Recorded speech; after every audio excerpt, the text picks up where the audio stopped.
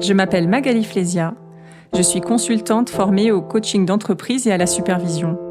Depuis 2014, ma mission est de réhabiliter sensibilité, intuition et créativité dans le domaine professionnel. Dans ce podcast, Monde Sensible saison 2, je m'adresse aux dirigeants, aux professionnels de l'accompagnement et du conseil et à tous les individus désireux de contribuer à un monde plus ouvert à la complexité et plus tolérant. À partir de mon expérience du théâtre d'improvisation, que je pratique depuis plus de 15 ans, je vous invite à découvrir le sujet du lâcher-prise appliqué à notre intelligence relationnelle et à nos entreprises. Bonne écoute! Souvent, on pense que pour improviser, il faut avoir de l'imagination, qu'il faut être créatif. En réalité, non. Il suffit, selon moi, de savoir faire simple, évident, juste. Et si cela peut sembler peu, en réalité, c'est déjà énorme. Mais nous avons tellement l'habitude de devoir produire plus, faire mieux, innover sans cesse pour nous démarquer, que nous oublions parfois que la simplicité est bien souvent synonyme d'efficacité. À trop vouloir faire différent, original, unique, nous passons quelquefois à côté de la véritable performance créative. Nous oublions aussi que nous avons des croyances et des représentations, et que notre représentation de la créativité et notre rapport à la créativité nous portent ou nous limitent. Selon moi, la créativité se situe à mi-chemin entre le ciel et la terre. La créativité naît de la rencontre entre la simplicité du réel, du logique, du cohérent, du connu et l'originalité, l'unicité de notre univers, teintée de notre personnalité, de notre sensibilité et de nos expériences. En improvisation théâtrale, notre univers spécifique s'exprime à travers les personnages que nous choisissons de mettre en scène avec leurs caractéristiques particulières. La rencontre de cette intention de jeu qui est la nôtre, avec la logique globale de la scène, la cohérence globale, permet à la troisième voie d'émerger. Et cette troisième voie, c'est l'œuvre, le fruit de notre créativité.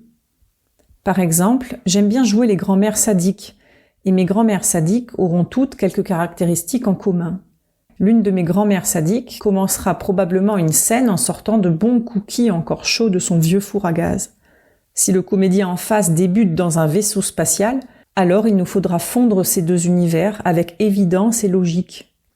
La vieille dame se positionnera alors en tant que mère poule du commandant de vaisseau, présente à chacun de ses voyages pour lui préparer ses petits goûters. En somme, il faudra justifier sa présence à bord, la présence d'un four, pour rendre vrai ou le plus vrai possible la scène en train de se dérouler. Les accidents, les incompréhensions et les erreurs contraindront également les comédiens à faire preuve de créativité, donc autant chercher à faire simple dès le départ. Être créatif, selon moi, c'est être en capacité de faire des liens entre les choses, les idées, et donner à voir ou à entendre ces liens spécifiques à notre manière de traiter l'information. Tout le monde est en capacité de faire des liens, et tout le monde fait des liens de manière spontanée. En revanche, il est vrai que nous sommes plus ou moins entraînés à lâcher prise pour laisser émerger ces liens, qui paraissent parfois bien surprenants, aux autres et à nous-mêmes. J'aime croire que nous sommes tous créatifs, mais que certains ont simplement perdu l'habitude de faire émerger ces liens et de les exprimer. Certaines personnes pensent ne pas être créatives, ne pas être capables de créer par manque d'idées. À l'inverse, d'autres se considèrent très créatives et souhaitent tellement afficher leur originalité qu'elles n'hésitent pas à créer à tout prix quoi qu'il en coûte à leur entourage. D'où peut-être la réputation des artistes d'être dénués de cadre et de rigueur. D'où peut-être le fait que le mot artiste soit utilisé dans certaines entreprises en guise d'insulte. Paradoxalement, c'est quand un comédien cherche à être original dans une improvisation qu'il prend le risque de larguer ses partenaires.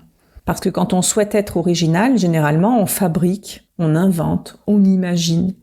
Quand on imagine, on est dans sa tête, dans son mental. On maîtrise, on oriente, on pousse au chausse-pied ou on tire au forceps. On cherche à agir sur l'histoire. Alors que toute la subtilité de l'improvisation réside dans le fait de laisser émerger ce qui est en temps réel, tout en intégrant le réel, le cadre des éléments déjà posés.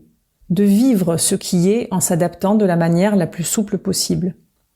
Il ne s'agit pas forcément de trouver l'idée géniale, de se montrer hyper créatif, hyper décalé, mais de savoir œuvrer au service de la cohérence de l'ensemble. Que ceux qui se pensent créatifs se rassurent. si tant est qu'ils aient une perception suffisamment positive de la créativité pour apprécier le fait d'être rassurés sur ce point. S'ils pensent avoir un sens de la logique trop développé pour pouvoir être créatifs et créer, il n'en est rien. Ils ont déjà le sens de la cohérence.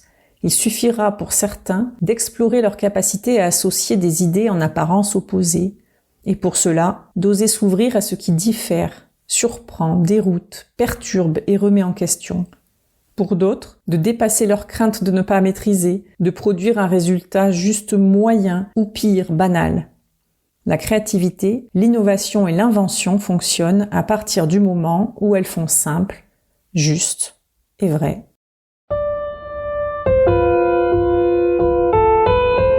Merci d'avoir écouté cet épisode de mon podcast Monde Sensible. Je vous donne rendez-vous pour le prochain, pour un monde plus organique, ouvert à l'incertitude et à l'inconnu, et plus tolérant. À bientôt!